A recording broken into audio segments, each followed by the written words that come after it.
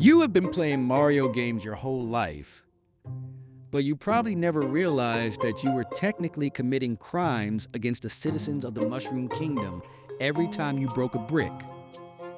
Most people think they know everything about the man in the red hat, but there are layers to this story that Nintendo has kept hidden in old manuals and behind-the-scenes design meetings for decades.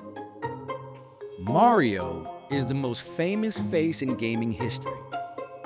He is more recognizable than Mickey Mouse to some kids. But the Mario we know today, the happy-go-lucky hero who saves Princess Peach, is a result of a lot of accidents and technical problems. If a certain business deal had gone through in the early 80s, Mario wouldn't even exist. We are going to look at why he wears a hat, the truth about his real age, and the creepy fact about those floating blocks that will change how you look at the game forever. Back in 1981, Nintendo was trying to make a game based on Popeye the Sailor Man. They wanted a game where Popeye, Olive Oyl, and Bluto were the main characters. But at the last second, the deal to use those characters fell through. The designers were stuck with a game, but no hero. Shigeru Miyamoto, who was just a young artist at the time, had to come up with a replacement. He created a character called Jumpman. Jumpman wasn't a plumber. He was a carpenter working on a construction site. This is why the original Donkey Kong game takes place on steel beams and ladders. The name Mario didn't even come from Japan. It came from a real guy in Washington State named Mario Segale. He was the landlord of the warehouse Nintendo was using as their American headquarters. Legend has it that the team was behind on their rent, and Mario Segale stormed into the office to demand his money in front of everyone. After he left, the team decided to name their character after him. Imagine being the guy who yelled at a group of developers and ended up having the most famous video game character in history named after you. Everything about Mario's outfit is actually a workaround for the weak computers of the 1980s. When Miyamoto was drawing Mario, he only had a tiny number of pixels to work with. He couldn't give Mario a mouth because there wasn't enough space to make it look good, so he gave him a giant mustache instead. He couldn't animate hair properly because the technology couldn't handle the movement, so he slapped a red hat on his head to cover it up. Even his clothes were a technical choice.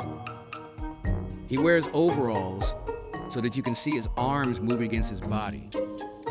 If he wore a solid colored shirt, his arms would just disappear into his torso when he ran. Those blue straps over the red shirt make it easy for our eyes to track the movement. It wasn't about fashion. It was about making sure the player could actually see what the character was doing on a blurry old television screen. Here's the part that actually ruins people's childhoods.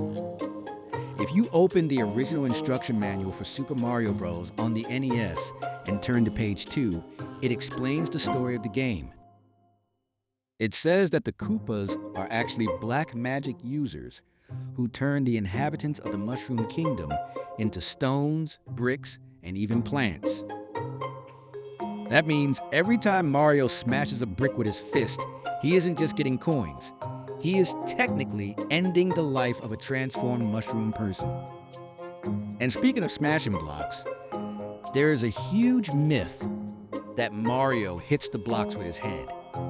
If you slow down the footage of the game and look really closely at the pixels, he actually has his arm raised. He is punching the blocks with his fists.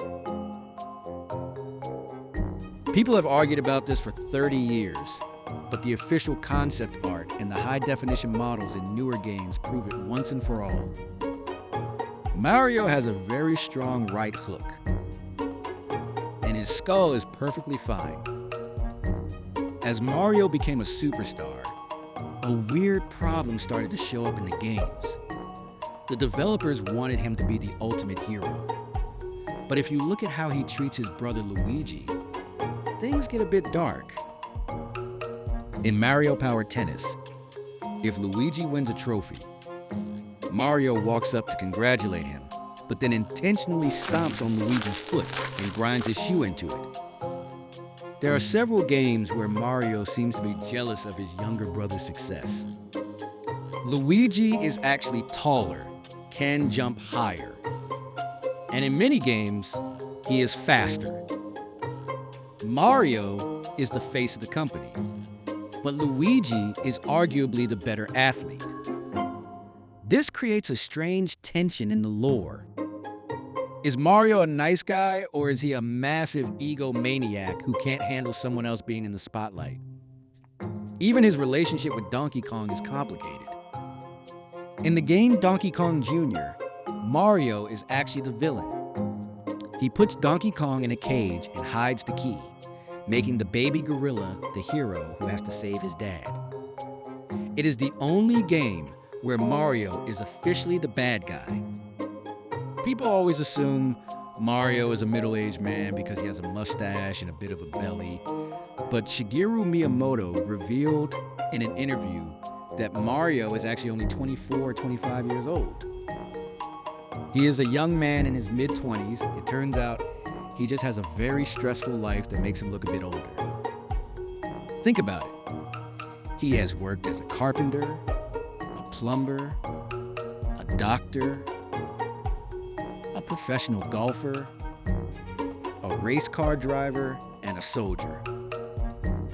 He has died and come back to life thousands of times. He has traveled through space and different dimensions. Most of us are just trying to figure out how to pay taxes at 25, but Mario is already a multi-millionaire who owns his own castle and has saved the universe multiple times. One last thing that will blow your mind involves Super Mario Bros. 3. Have you ever noticed that the game starts with a curtain opening? At the end of every level, you exit to the right into a black void. The blocks have shadows on the background like they are hanging from strings, and the platforms are bolted onto the sky. Miyamoto eventually confirmed that the entire game of Super Mario Bros. 3 is actually just a stage play. The characters are actors, and none of the danger was ever real. It explains why they can keep having kart races and parties with Bowser, even though he keeps kidnapping the princess.